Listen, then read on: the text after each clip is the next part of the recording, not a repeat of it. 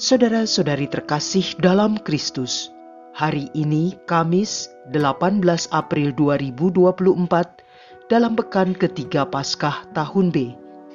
Bacaan dibawakan oleh Maria Clara, Mazmur dilantunkan oleh Emerinsiana Adistana, dan renungan ditulis oleh Aloysius Gonzaga Dani. Selamat menekuni Sabda Allah. Mari kita semakin mengasihi, semakin peduli, semakin bersaksi.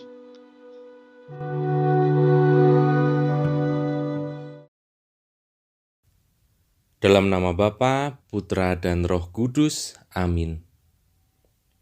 Bapa kami yang maha baik, pada hari ini kami datang kepadamu untuk mengucap syukur atas segala rahmat dan karunia yang telah Kau berikan kepada kami.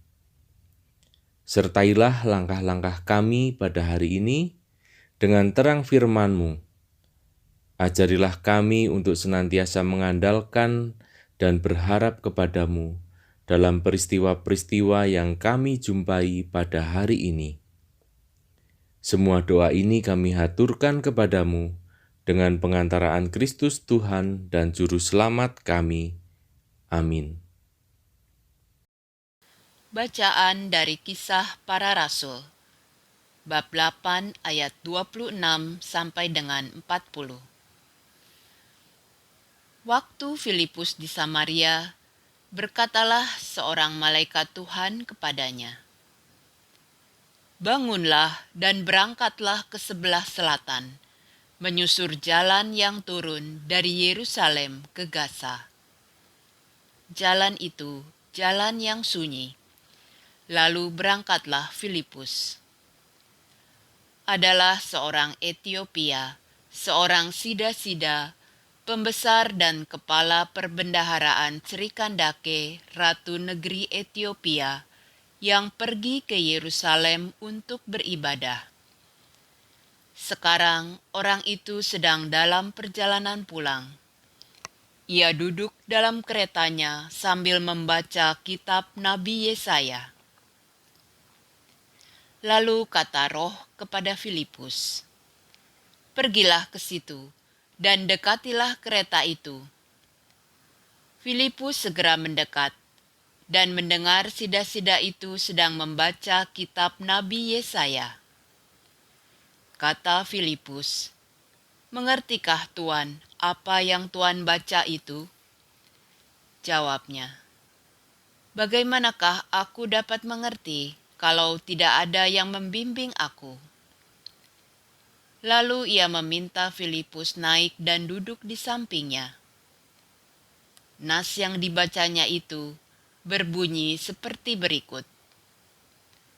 Seperti seekor domba, ia dibawa ke pembantaian, dan seperti anak domba yang keluh di depan orang yang menggunting bulunya, demikianlah ia tidak membuka mulutnya. Dalam kehinaannya berlangsunglah hukumannya. Siapakah yang akan menceritakan asal-usulnya? Sebab nyawanya diambil dari bumi. Maka kata sida-sida itu kepada Filipus, "Aku bertanya kepadamu, tentang siapakah Nabi berkata demikian? Tentang dirinya sendiri atau tentang orang lain?" Maka mulailah Filipus berbicara, dan bertolak dari nas itu, ia memberitakan Injil Yesus kepadanya. Mereka melanjutkan perjalanan, dan tiba di suatu tempat yang ada air. Lalu kata sida-sida itu, "Lihat, di situ ada air. Apakah halangannya jika aku dibaptis?" Sahut Filipus, "Jika Tuan percaya dengan segenap hati, boleh." Jawabnya, "Aku percaya bahwa Yesus Kristus adalah Anak Allah." Lalu orang Etiopia itu menyuruh menghentikan kereta, dan keduanya turun ke dalam air, baik Filipus maupun sida-sida itu, dan Filipus membaptis dia.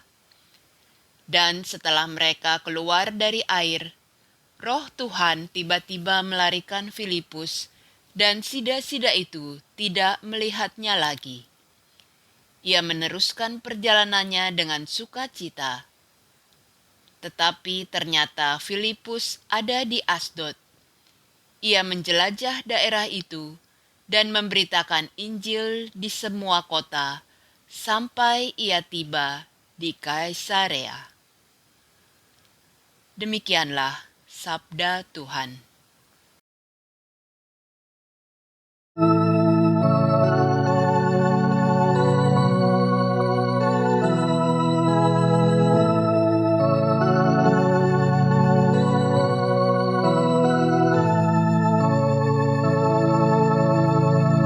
Bersorak-sorailah bagi Allah, hai seluruh bumi.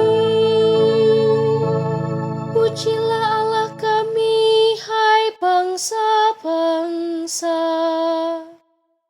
dan perdengarkanlah puji-pujian kepada-Nya. Ia mempertahankan jiwa kami di dalam hidup, dan tidak membiarkan kaki kami goyah. Bersorak-sorailah bagi Allah, hai seluruh bumi. Marilah dengarlah, hai kamu sekalian yang takwa kepada Allah. Aku hendak menceritakan apa yang dilakukannya terhadapku. Kepadanya aku telah berseru dengan mulutku. Kini dengan lidahku aku menyanyikan pujian. Bersorak-sorailah bagi Allah, hai seluruh bumi. Terpujilah Allah yang tidak menolak doaku, dan tidak menjauhkan kasih setia-Nya daripadaku. Bersorak-sorailah bagi Allah, hai seluruh bumi.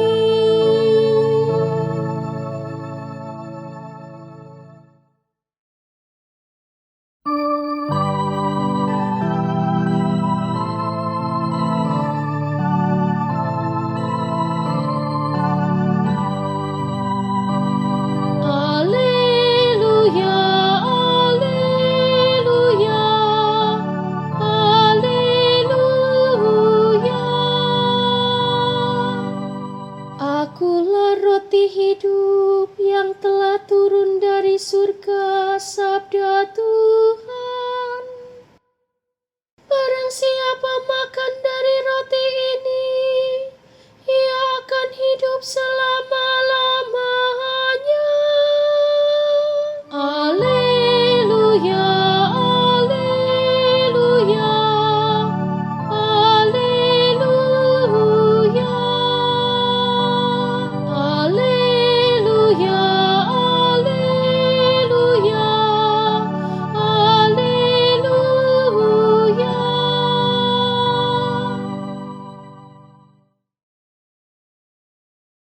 Inilah Injil suci menurut Yohanes. Yohanes bab 6 ayat 44 sampai 51. Di rumah ibadat di Kapernaum, Yesus berkata kepada orang banyak, "Tidak seorang pun dapat datang kepadaku, jikalau ia tidak ditarik oleh Bapa yang mengutus aku. dan ia akan kubangkitkan pada akhir zaman. Ada tertulis dalam kitab nabi-nabi, dan mereka semua akan diajar oleh Allah, dan setiap orang yang telah mendengar dan menerima pengajaran dari Bapa datang kepadaku. Hal itu tidak berarti bahwa ada orang yang telah melihat Bapa. Hanya Dia yang datang dari Allah, Dialah yang telah melihat Bapa. Aku berkata kepadamu, sesungguhnya barang siapa percaya, ia mempunyai hidup yang kekal. Akulah roti hidup. Nenek moyangmu telah makan mana di padang gurun, dan mereka telah mati. Inilah roti yang turun dari surga. Barang siapa makan daripadanya, ia tidak akan mati. Akulah roti hidup yang telah turun dari surga. Jikalau seorang makan dari roti ini, ia akan hidup selama-lamanya. Dan roti yang kuberikan itu ialah dagingku, yang akan kuberikan untuk hidup dunia. Demikianlah sabda Tuhan.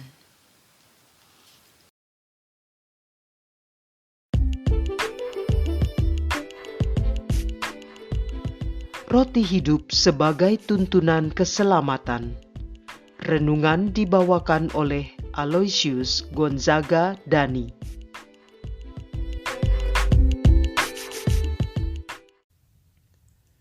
Saudara-saudara, Bapak, Ibu, dan rekan-rekan muda yang terkasih, marilah kita ucapkan syukur untuk hari ini dan senantiasa mengarahkan hati, jiwa, dan raga kita kepada Allah sebagai sumber satu-satunya kekuatan.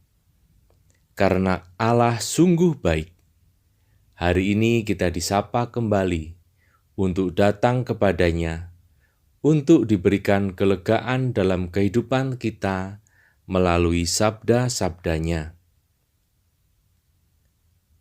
Sabda hari ini menyegarkan kita kembali bagaimana sakramen Ekaristi adalah Yesus Kristus sendiri yang hadir dan bersatu dalam hidup kita.